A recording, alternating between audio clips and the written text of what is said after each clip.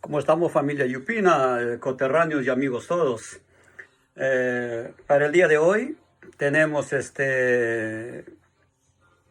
un tema que hemos escogido, creo que también de vital importancia para nuestro querido pueblo de Yupán, que son tres. Lo que es la extinción del quechua en Yupán, lo que es el trabajo del enganche y los inicios de los trabajos de la agricultura para una economía de subsistencia. Reitero de nuevo, 3 puntos vamos a tocar. La extinción del quechua en Yupán, el trabajo del enganche realizado por los hijos yupinos y los inicios de los trabajos de la agricultura para una economía de subsistencia, también en nuestro querido pueblo de Yupán. Pero para ver este tema, tenemos que remontarnos un poquito hacia la historia un poquito hacia atrás. Ustedes saben perfectamente que a partir del 28 de julio de 1821 se inicia el proceso de nuestra vida independiente, nada menos que por el argentino don José de San Martín. Pero el año 1822 se retira a su país y los destinos del país ante la presencia de los españoles queda ahora en manos del Congreso. ¿Qué va a hacer el Congreso de la República? Solicitar al libertador de los pueblos del norte, a don Simón Bolívar, para que viniera al Perú a culminar ese proceso de vida independiente iniciado por don José de San Martín. Ustedes estarán preguntando, pero ¿por qué don Amador está conversando estos temas de la independencia política y qué tiene que ver con los problemas internos de Yupán sobre el problema de la extinción del quechua? Muy bien, buena pregunta. Es que no podemos tocarlo el tema así de frente sobre la extinción del quechua, sobre el trabajo del enganche y sobre los inicios de la agricultura para una economía de subsistencia. Si es que no tomamos en cuenta y cuáles han sido los elementos o los factores internos y externos que contribuyeron para que la familia yupina dejara de hablar el quechua. Si ustedes me entienden, déjenme entonces que yo voy a continuar explicándole para que ustedes vayan poco a poco entendiendo y que vamos a llegar al final de cuenta a tocar estos 3 puntos cuando estemos aterrizando al problema de Yupán. Pues bien, San Martín entonces inicia la vida independiente, don Simón Bolívar viene al Perú, lleva a cabo la batalla de Ayacucho, que se firma la capitulación el 12 de diciembre de 1824, en la cual España reconocía prácticamente nuestra vida independiente. Y comenzábamos a vivir ahora la vida republicana. Pero que nada cambió. Nada cambió. Por eso que cuando tú agarras el libro de José Carlos Mariátegui en sus 7 ensayos de interpretación de la realidad nacional, ahí vas a encontrar tú, cuando él comenta bien claramente de qué sirvió la independencia política del Perú cuando en realidad la estructura política, económica, social y cultural continuó con los mismos elementos que nos dejaron los españoles. ¿Tiene razón? ¿Tiene razón? Ustedes saben lo que ha significado entonces desde el inicio de la vida republicana, 1824, reitero, con la capitulación de Ayacucho en la cual España reconoce la vida independiente del Perú. Comenzamos a vivir ahora esta vida fuera del dominio español, pero con elementos culturales que nos dejaron establecidos los españoles. Qué difícil habrá sido para los gobernantes a partir de esa fecha resolver los problemas económicos del país, ¿verdad? Y les explico por qué. La economía desde su inicio de la vida republicana No se podía explotar la minería porque ya había sido saqueado por los españoles, porque ese era el fin específico de los españoles, de explotar toda la riqueza mineral del Perú para llevarlo a España. Y no solamente del Perú, de todas las tierras americanas, de dominio español. Por tanto, entonces, hablar de la minería para seguir explotando en los inicios de la vida republicana, no había nada. Y lo poco que quedaron eran tapados los boquerones, con la finalidad de no poder nosotros explotarlo. Referente a la agricultura, ustedes saben de que la agricultura no fue una actividad económica de interés para los españoles. A ellos les interesaba la minería.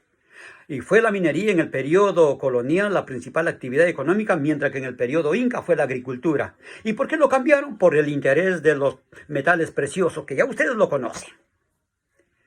Y la agricultura pasó en segundo plano en el periodo colonial. Pero una agricultura que solamente sirvieron para cultivar algunos productos alimenticios para mantener a las familias de ese entonces, para fabricar, sembrar la caña de azúcar, sacar la chancaca, la remolacha, para sembrar la vid, para que de la vid salga los mejores vinos para los españoles y del bagaje salga el aguardiente para embriagar a nuestros trabajadores indígenas a que no sientan, digamos, lo que se llama la pegada, no sientan el cansancio en los trabajos de los obrajes, de las minerías, de las grandes haciendas. Y dicho sea de paso, y en el tema anterior hemos comentado que las haciendas surgen nada menos que en el periodo español, que se apropian las tierras de las masas indígenas. Otro problema que hemos tenido a los inicios de la vida republicana. Entonces no teníamos agricultura, no teníamos minería. El otro problema que se va a acontecer para la crisis, situaciones difíciles en nuestro país, va a ser que todos los militares que lucharon para conseguir la vida independiente, prácticamente llegaron a ser gobernantes. Ahí es donde surge lo que se llama el primer militarismo, o el militarismo de Ayacucho. Este primer grupo de militarismo prácticamente todos fueron gobernantes del país. Y el segundo militarismo que surge después de una derrota, después de la guerra con Chile de 1879. Ese es otro tema, pero bueno, una como referencia nada más. Y a lo largo de todo, a los inicios de nuestra vida republicana, era bien difícil la situación económica. Y sobre todo que en la época de Ramón Castilla, cuando llega a ser gobernante de nuestro país, por ejemplo, tenía que devolver dinero a los criollos, al pueblo en su conjunto, a los pequeños comerciantes que habían prestado dinero para poder afrontar la guerra contra los españoles. Con Ramón Castilla se tuvo que comenzar a devolver ese dinero de los bonos que habían prestado, reitero, los criollos, los mestizos y gente que tenían pequeños comerciantes, para sufragar la guerra. Y se inicia con la independencia, con San Martín, se inicia nuestra primera deuda externa e interna. Con Simón Bolívar, la segunda deuda interna y externa. Qué desgracia para el Perú, ¿verdad? Pues bien, como no hay minería, no hay agricultura, no, lo único que queda ahora, ¿cuál es?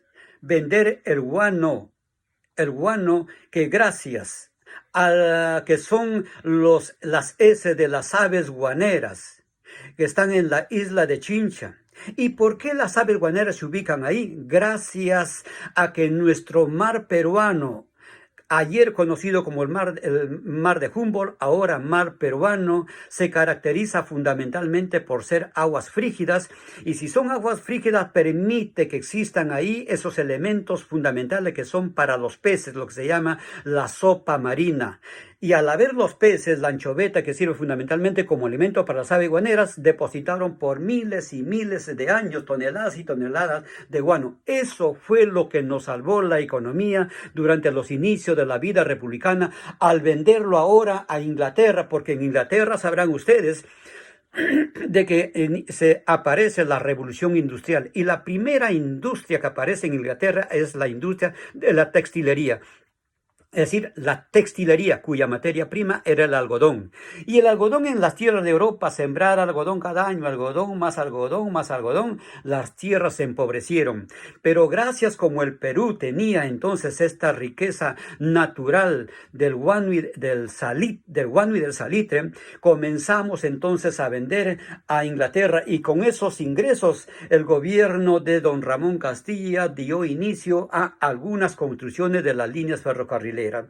Pero más tarde, ya el año 1868, cuando llega al gobierno don José Balta, es el que va a emprender ahora las obras de líneas ferrocarrileras principales y troncales en todos nuestros principales departamentos del país, como el de Tacna a Puno, como el de a Moquegua, como el de Arequipa a Moquegua, como el de Arequipa al puerto de Moliendo que existe, como el de Lima a La Oroya, pero que su primer tramo solo se construyó hasta Santa Eulalia. Los posteriores gobiernos lo han continuado construyendo hasta donde es actualmente, el de Chimbote a Huaraz. Este es el tema que queremos conversar y porque yo inicié desde los inicios de la vida republicana para conversar sobre nuestra línea ferrocarrilera de nuestro país. ¿Cuáles eran las intenciones que tenía don José Balta como presidente del Perú, 1868 a 1872? Unir a las principales ciudades del país con la finalidad de poder desarrollar ejes de desarrollo económico y para ir buscando de alguna otra manera un poco de tranquilidad económica. Ahora ustedes dirán, ¿y con qué dinero? Tiene razón, muy buena pregunta que me hacen ustedes. Es que don José Balta supo un poquito pensar y llevó a cabo lo que se llama las consignaciones y comenzó ahora a vender el guano ya no a los ingleses, sino a una empresa francesa llamada los Dreyfus Hermanos. Fueron quienes se encargaron de comprar nuestro guano para poder ellos ahora comercializarlos en Europa, lógicamente a precios exuberantes, más de lo que pagaban al Estado. Pero con esos pocos ingresos que el gobierno de Balta percibía por la venta de nuestro guano, construyó las principales ferrocarrileras troncales en nuestro país. Una de ellas, el de Chimbote a Huaraz. Muy bien, esto ya llegamos más o menos ya nosotros por el año 1869, un año después que ya el gobierno de Balta estaba en el poder, se da inicio a los trabajos de la construcción del ferrocarril central de Chimbote a Huaraz. Este trabajo se inició el 15 de enero de 1869. Reitero, el ferrocarril de Chimbote a Huaraz. También reitero que no es los únicos ferrocarriles que se construyó durante el gobierno de Balta.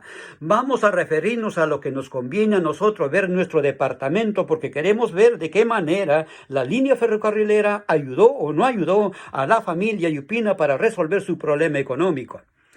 Y de qué manera también influyó de repente para ver sobre la extinción del quechua, sobre el trabajo de los enganches. Pero como ustedes saben que toda obra siempre tiene que ver una persona. El gobierno llevó a cabo entonces lo que se llama las licitaciones públicas, porque toda obra pública tiene que llevarse las licitaciones. Y la empresa ganadora, pues la que se ve encargada de construir. En este caso, el encargado de construir la línea ferrocarrilera de Chimbote a Huaraz fue nada menos que un norteamericano, el ingeniero cuyo nombre fue Juan Gilberto Meis. Fue la persona encargada de construir la línea ferrocarrilera que estaba en el proyecto, en el plano de 265 kilómetros desde Chimbote hasta Huaraz. Pero este tramo de la construcción, según el plano y según los acuerdos entre el gobierno y el ingeniero Meis, constaba de 4 partes, estaba dividida en 4 partes. La primera parte partía desde Chimbote, nada menos que hasta un lugar denominado como Suchimán. Todo esto está en la franja costeña prácticamente por 1 kilómetro de 56 kilómetros, cuyo costo era un poco más cómodo que a comparación de las otras partes que le voy a ir indicando. La segunda parte constaba desde Suchimán hasta el Cañón del Pato, que es muy conocido por nosotros, y esto constaba de 85 kilómetros. Esta es la parte más cara que costó dentro de ese presupuesto para construir la ferrocarrilera, y tiene una explicación, porque ustedes saben que es un cañón inmenso, profundo, donde no es fácil construir, se tuvo que construir la línea ferrocarrilera con prácticamente aperturando, cortando los cerros a fin de que se pueda abrir los túneles y de esa manera pues tender las líneas ferrocarrileras. La tercera parte que constaba en la línea ferrocarrilera era desde el Cañón del Pato hasta Huaraz. Y esto era de 90 kilómetros. Estamos hablando de acuerdo al plano, cuyo costo era un poco inferior a la anterior sobre el Cañón del Pato. Y la cuarta parte es desde Huaraz hasta Recuay. Ahora, ustedes me dirán, oiga, don Amador, pero usted está conversando cuando en realidad el tren nunca llegó ni a Huaraz ni a Recuay. ¿Tiene razón? Tiene razón. Le estoy alcanzando toda la documentación que hemos podido encontrar y que ustedes lo pueden encontrar en cualquier biblioteca sobre los planos en la cual se elaboró y se aprobó para construir la línea ferrocarrilera desde Chimbote hasta el último departamento que se encuentra ahí en Conococha que se llama Recuay. Tiene razón y nunca llegó. Razón por la cual entonces, la línea ferrocarrilera de Chimbote se comenzó, reitero, a construir a partir del 15 de enero de 1869, cuyo primer tramo llegó hasta Tablones. Esto fue en el año de 1876. Atención, familia yupina, y a nosotros que nos interesa y a todo Ancashino. El primer tramo de la construcción de la línea ferrocarrilera se construyó desde Chimbote hasta Tablones y esto fue inaugurado en el año de 1876. El segundo tramo llegó hasta el actual distrito de Huallanca, que pertenece a la provincia de Huaylas. ¿Esto en qué año fue? En el año de 1912, mucho más tarde, ¿no es cierto? Mucho más tarde. Pero de ahí nunca más pasó ni a Huaraz, ni tampoco nunca llegó a Recuay. Y que por tanto, por situaciones internas de discrepancia sobre los acuerdos, sobre los planos, sobre la falta de dinero que se había pagado por adelantado, trajo consigo prácticamente para que nunca se culminara la construcción del ferrocarril, prolongándose hasta Huaraz y hasta Recuay. Solo llegó hasta Huallanca. Pero ¿hasta cuándo duró esta línea ferrocarrilera desde Chimbote a Huallanca? Hasta el 31 de mayo de 1970. ¿Qué ocurrió? Un fenómeno natural. ¿Qué es fenómeno natural? Aquel que es originado por las propias leyes de la naturaleza, donde no interviene la mano del hombre. ¿Cómo se llama ese fenómeno natural? El terremoto que se originó en Huaraz y que trajo consigo el desprendimiento de ese inmenso nevado del Huascarán al caer sobre la laguna de Ranraí, de Yanganuco, y eso rebasó y trajo consigo la desaparición de la provincia de Yungay, y que prácticamente, ¿cuánto sabemos nosotros por nuestra historia? Más de 70,000 personas que fallecieron y muchos desastres a lo largo de todo nuestro departamento. Restos materiales que han quedado prácticamente deshechos. Hoy en día, ese espacio por donde corría el tren de Chimbote hasta Huallanca ha sido convertido en una carretera y que se prolonga inclusive hasta Huaraz. De tal manera que pudiéramos dar nosotros de Lima, nos vamos toda la Panamericana Norte hasta Chimbote, nos vamos contrario a Río Santa, llegamos a Huaraz, subimos a lo que es donde está la provincia de Recuay, nuevamente bajamos por acá y llegamos a Lima. O sea, podemos dar nosotros todo un circuito, porque ahora sí ya hay comunicación. Ahora, ¿cuál es la importancia de este ferrocarril? Ahí queríamos ver nosotros. La importancia radicaba para poder unir, en este caso, a las principales ciudades que estaban ubicadas en el departamento de Ancash.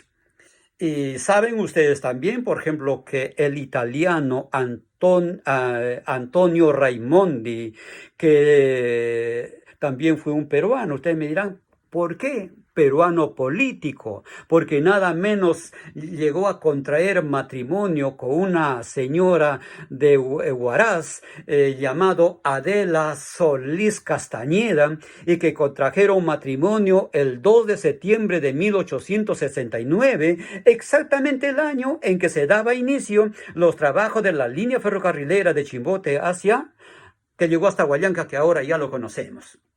Pero ¿qué decía Antonio Raimondi? Ya prácticamente casi en todo el resto de nuestro país la línea ferrocarrilera ya estaban funcionando, mientras que en el departamento de Ancash no lo sabía. Por tanto, con los argumentos que hacía don Antonio Raimondi, porque llegó a conocer, como en Cachino ahora, por su esposa, llegó a conocer prácticamente todo lo que era el departamento de Ancash, y él lo que hizo conocer, digamos, la riqueza en minerales que tenía nuestro departamento, y decía, no se podrá desarrollar el departamento de Ancash mientras que no se construya una carretera con fierros. ¿Qué significaba esta? Una línea ferrocarrilera. Al construirse la línea ferrocarrilera, se van a crear ejes de desarrollo económico. Las actividades económicas de la agricultura permitirá ahora ya no solamente para producir para el consumo interno de cada poblador, sino también servirá para el comercio. Con estos tipos de criterio y alcance que nos dio don Antonio Raimondi, prácticamente entonces es razón por la cual pues un poco que ayudó a trabajar más rápido esta línea ferrocarrilera, y que se llegó a culminar entonces, reitero, su primer tramo que llegó hasta Tablones en 1876, y el segundo tramo que llegó, y el último tampoco no lo hubo más, en 1912 hasta el distrito de Huallanca, que desapareció, reitero, a consecuencia del terremoto de 1970. La importancia porque permitió desarrollar, intercomunicar a las principales ciudades del departamento de Ancash con la costa. Muy bien. Ahora vamos a pasar a hablar sobre, esta es la primera parte, para que tengan una idea cuando vamos a aterrizar viendo la extinción del quechua, el trabajo del enganche y los inicios de la agricultura como actividad económica de subsistencia en Yupán. Esta es la primera parte y le voy a explicar la razón por el cual. Vamos a hablar ahora la segunda parte sobre la hacienda de Binzos. Saben ustedes que la hacienda de Binzos está ubicada nada menos que en el valle del Santa, y pertenece a la provincia del Santa, capital, el puerto de Chimbote, ¿no es cierto? La hacienda de Binzos tiene sus orígenes desde el periodo colonial, porque fueron los españoles, no se olviden, que nos trajeron este conocimiento de las llamadas grandes extensiones de tierras, la acumulación de grandes extensiones de tierra, cuyo nombre le dieron como hacienda, y de la propiedad privada. Entonces, en el Perú se conoce como hacienda porque nos trajeron los españoles. Se conoce como propiedad privada porque es una cultura que nos trajeron los españoles. La hacienda de Binzos estaba ubicada a una altura de 175 metros sobre el nivel del mar.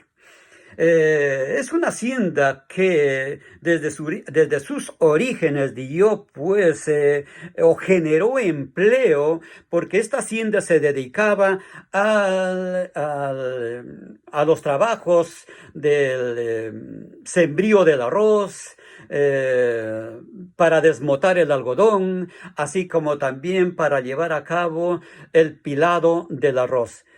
Pero para el caso de los yupinos, que aquí viene el tema a donde queremos llegar. Para el caso para los yupinos. Atención, familia yupina. Atención aquí, joven estudiante. Ya no hay pretexto para que no conozcas ahora por qué nuestros hijos yupinos iban a trabajar a Binzos.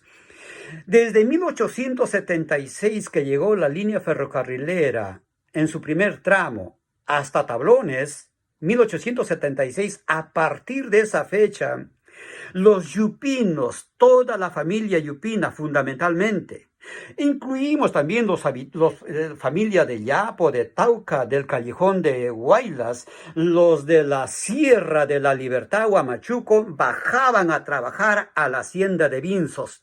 Pero nosotros nos vamos a centrar a hablar sobre el caso de nuestros yupinos. A partir de 1876, cuando llegó la línea ferrocarrilera de Chimbote hasta Tablones, porque Tablones está después de la hacienda de Vinzos, mucho más cerca, digamos, para Yupán, los hijos yupinos comenzaron a migrar a la hacienda de Vinzos para trabajar en calidad de enganchados. ¿Qué significa esto? Ahí vamos a ir ahora entonces. En Yupán en esos años había una tienda de abarrotes de propiedad de un señor llamado Timoteo Utrilla Zabaleta, apodado cariñosamente como Chimbote. Este establecimiento comercial grande, en esas épocas para Yupán grande, concurrían todos los hijos yupinos para sacar el arroz, los fideos, el querosene, los fósforos, la sal y otras necesidades para satisfacer su economía.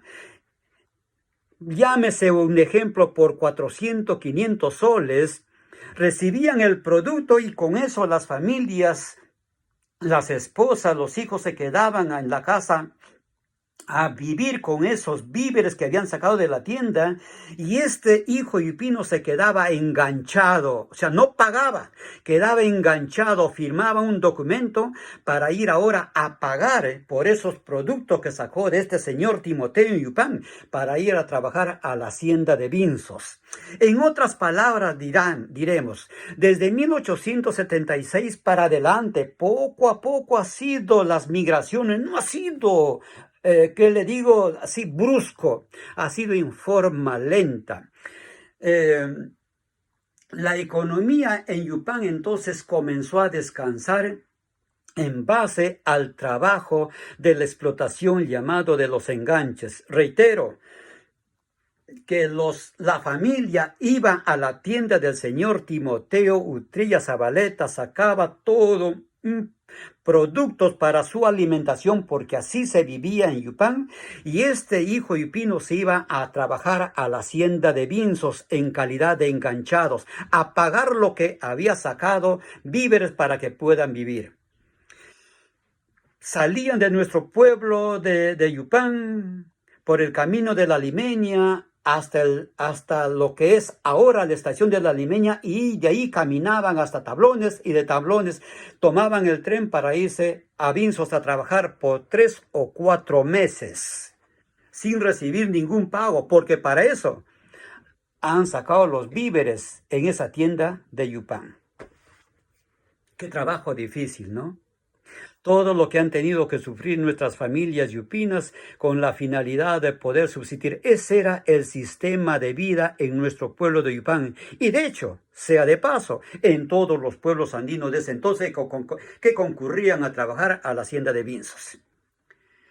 Pero cuando en su segundo tramo, el tren llegaba hasta el actual distrito de Huallanca, ya la familia yupina no tenía por qué caminar hasta Tablones, sino que salía por el camino de la Limeña, llegaban al río, caminaban aproximadamente a 1 cuadra, ahí se encontraba lo que se llamó la estación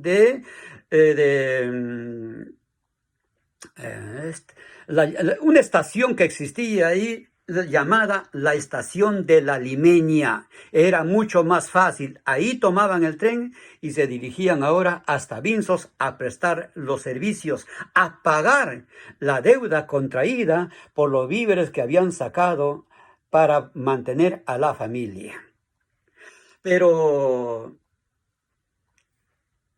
Y eso ha sido la manera del trabajo de los yupinos. ¿Hasta qué año han venido la familia yupina prestando su servicio como el trabajo del enganche? Que dicho sea de paso, era un trabajo de explotación.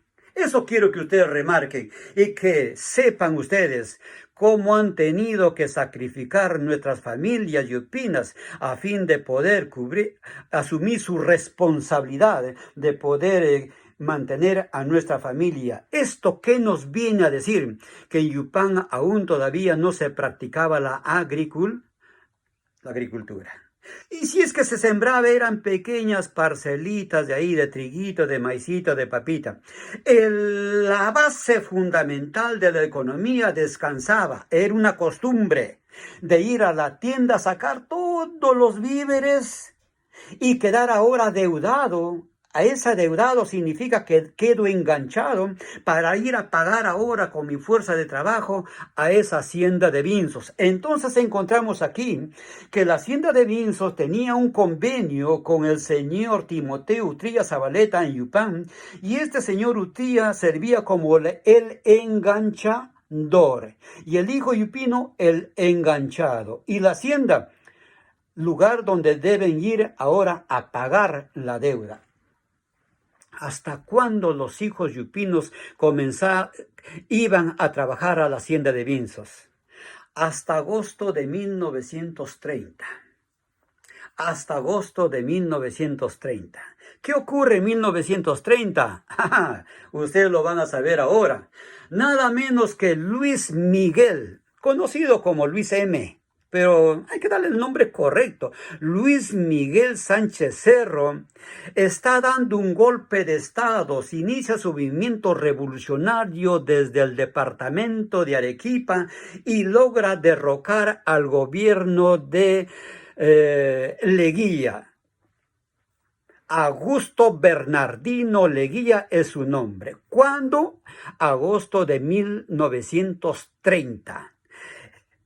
Ese día, las Fuerzas Armadas toman la hacienda de Vinzos, que venía siendo administrado por el gobierno anterior, y a todos los trabajadores reúnen en el patio central de la hacienda, y por parlantes los militares les comunican a los trabajadores que no se preocupen. Lo que ha ocurrido es de que ha habido un golpe de Estado y el nuevo presidente del Perú es nada menos que don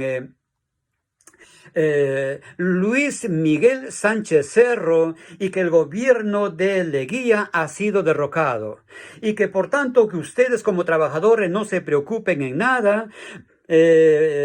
Va a quedar pero la hacienda cerrada, porque tenemos que ver nosotros de qué manera ha venido funcionando. En otras palabras, vamos a hacer una revisión de toda la documentación para que sepan cómo ha sido los ingresos, los egresos y todo lo que tenga que ver con la administración de la hacienda. Ustedes le decían por los parlantes: el día de hoy no van a trabajar absolutamente nadie, pero eso sí, mañana a primera hora cada uno de ustedes se irán a sus respectivos pueblos, porque no sabemos cuándo se va a aperturar la nueva administración para generar nuevamente empleo. Con este tipo de situación política que se presentaba en nuestro país, originó para que nuestra familia yupina regresaran a Yupán después de 1930 y no más volvieran a trabajar a la hacienda de Vinzas. Y no solamente ocurrió con Yupán, sino con todos aquellos pueblos que bajaban a prestar su servicio y a pagar a la hacienda de Vinzos. Pero reitero, nos centramos nosotros a ver el caso de la familia yupina. A partir de 1930, a consecuencia de la revolución de Sánchez Cerro, los yupinos no más volvieron a trabajar a la hacienda de Vinzos. Esto trajo consigo, vamos aterrizando ahora, entrando a nuestro pueblo de Yupán, esto trajo consigo 3 consecuencias. La primera consecuencia: como ya no pueden regresar a trabajar a la hacienda de Vinzos en calidad de enganchados, ahora, ¿cuál es la situación económica de Yupán? No les queda otra cosa más que a partir de la fecha comenzarán entonces a desarrollar, o mejor dicho, a sembrar más tierras, más trigo, más papa, más arvejas, para que con base a eso puedan satisfacer sus necesidades económicas, que lo hemos denominado, y así se llama el desarrollo de la agricultura para satisfacer una economía de subsistencia. existencia, porque antes de 1930, la economía descansaba en base al trabajo del enganche. Ya no vuelvo a repetir, supongo que ustedes ya me han entendido qué significa el trabajo del enganche. Entonces, a consecuencia del 30, surge, pudiéramos decir, la agricultura un poco en forma acelerada en nuestro querido pueblo de Yupán. Primer asunto. Desaparece el trabajo del enganche. ¿Cuál fue el motivo para que no se vuelvan más los yupinos a desarrollar la actividad del trabajo del enganche? La revolución de Sánchez Cerro, originada en 1930. ¿Estamos de acuerdo? Muy bien. Espero así que me vayan entendiendo. Viene la última, la extinción del quechua. La extinción del quechua. Ustedes saben, hay dos hipótesis fundamentales acá que les voy a plantear. ¿Qué son hipótesis? De acuerdo a los trabajos de investigaciones que vas realizando, vas elaborando tus teorías. Y tus teorías lo vas ahora tú llevando a cabo a lo que se llama a las encuestas. Y tus encuestas, si son contrarias a tus teorías, reformulas tu teoría. Pero si las encuestas que te lo proporcionan coincide con tu marco teórico que has elaborado, vas mejorando entonces, y eso va a quedar como conclusión final. Pero que tampoco no significa que esa hipótesis sea 100% verídica. No, que podemos ir mejorando, depende de cómo vas investigando este tema. Pero yo tengo dos hipótesis. La primera, ¿recuerdan ustedes que hablamos en el tema anterior que los españoles ingresaron por Tumbes? ¿Qué significa esto? Que la invasión española comenzaron a hacer su invasión al territorio peruano por la parte norte de nuestro país. ¿Qué nos trajeron? El idioma del quechua. Y fue fácil. ¿Y qué hicieron los españoles a fin de que puedan ellos enseñar el quechua, enseñar el español, enseñar la religión católica, enseñar de que nadie se quede sin pagar su tributo? ¿Recuerdan ustedes? No creo que se hayan olvidado, ¿no? No creo. De ninguna manera. ¿No recuerdan ustedes que les comentaba que llegaron a llevar a cabo las reducciones de las comunidades? Como en el caso de Yupán, de 3 pueblos, solo le redujeron y dando origen a uno, a la comunidad de San Pablo de Yupán, para que en base a eso fuera más fácil para ellos enseñar la religión católica, enseñar el español, enseñarles a ellos que nadie debe quedarse sin pagar su tributo a favor de la corona española. Entonces fueron los españoles los que nos trajeron el habla del español, el lenguaje español. Entonces, primera hipótesis. Como quiera que los españoles ingresaron por el norte del Perú y que la enseñanza del español a nuestras masas indígenas tampoco no fue fácil, fue un poco brusco, un poco a rigor, a que fueran aprendiendo las masas indígenas, dejando de lado lo que es nuestro idioma oficial, que era en ese entonces el quechua, y para que vaya en su reemplazo introduciéndose el español. Lógicamente los españoles también que tenían que aprender un poco el quechua para que puedan comunicarse con las personas encargadas de enseñar ahora el español. Primera hipótesis. Probablemente, como quiera que los españoles ingresaron por el norte del Perú y Yupán está ubicada en la parte norte del Perú, habría significado entonces que Yupán recibió el impacto más fuerte para que puedan nuestros pobladores yupinos dejando el quechua y yendo asimilando más rápido el español. Razón por la cual los pueblos que están ubicados mucho más adentro de nuestra sierra demoró más tarde que llegaran los españoles. Y eso trajo consigo también a su vez para que los españoles al final no pudieran, digamos, con mayor fuerza como lo hicieron con nuestros primeros pueblos que estaban en la parte norte. Esa es la razón por el cual, ustedes dirán, La Pampa de un distrito vecino, estamos a la misma altura de Yupán. Pero dejen todo ese tipo de comentario que tienen ustedes de repente, o que hay por ahí algunos comentarios, que en La Pampa hablan porque el agua de ellos es diferente al agua de Yupán. Nada tiene que ver el agua. Acá son las influencias sociopolíticos, socioeconómicos las que influyen al comportamiento del ser humano. En este caso, como reitero, es probable inclusive en La Pampa que los españoles habrían llegado un poquito mucho más tarde y los yupinos habrían recibido un impacto más fuerte. Son hipótesis que estoy planteando. La segunda hipótesis. Probablemente, por ejemplo, en este caso, Yupán, Corongo, Aco, Cusca, que aún todavía mantienen nuestra cultura del quechua, al cual felicitamos, probablemente no concurrían a trabajar a la hacienda de Vinzos. Y como no concurrían a trabajar a la hacienda de Vinzos, no han tenido esa vinculación sierra-costa. En cambio, los yupinos, reitero, como tenían esa frecuencia de comunicación con la hacienda de Vinzos, y la hacienda de Vinzos está en el Valle del Santa, en la provincia del Santa, porque los yupinos trabajaban en la hacienda de Vinzos por 4, 5, 6 meses. Se regresaban a Yupán para estar 15 o 20 días a lo más. Y nuevamente regresaban a la hacienda de Vinzos. Regresaban a Yupán por 15 o 20 días. O sea, más pasaban el tiempo en la costa, donde prácticamente ya se había penetrado, ingerado bastante a lo que es el español. Daríamos a entender entonces ahora mi segunda hipótesis. Esa frecuente comunicación que tenía el hijo yupino y que convivía más en la parte costa fue llevando la cultura poco a poco a la familia Yupinas. Ya el hijo yupino que radicaba en la costa prácticamente casi ya se había olvidado el quechua y más asimiló el español. Y él se encargaba de llevar ahora la cultura costeña a la cultura serrana.